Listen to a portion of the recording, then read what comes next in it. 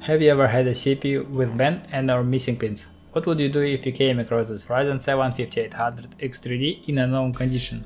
Is it fixable? Stay till the end to see the result and the total price. I bought this CPU from the Facebook marketplace, and it was in pretty rough shape. The seller didn't know if it was working, so I had to do a little research.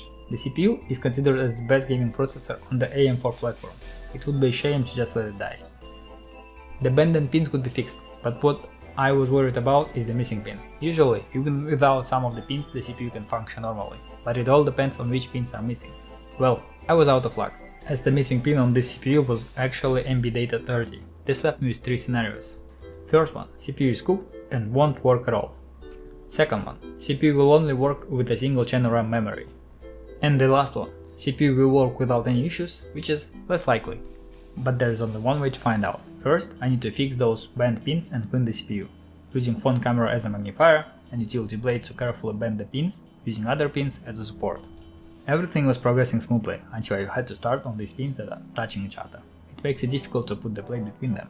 In the end, I was able to resolve this by prying them up with the tip of the blade to pull them apart, and then straighten them in the same way as I did with the others. Now one last step before trying to put into a PC.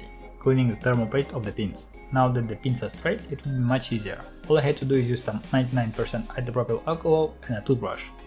Beware of using non-99% isopropyl alcohol, it might have some other impurities that might be harmful for the processor.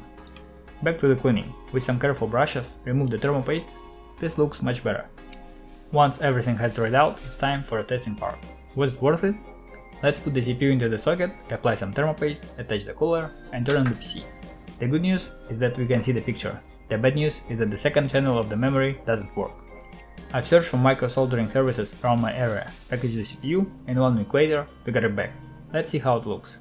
You can't even see where the missing pin was. Now let's talk about money. I bought the CPU for $40. It cost me about twice as much to fix the broken pin, $135 in total. Would you spend extra $100 to fix the broken pin? Or would you just use it in a single channel mode? Let me know in the comments. Subscribe to see the next chapter where I put together the cheapest mid to high performance custom build PC from Facebook Marketplace.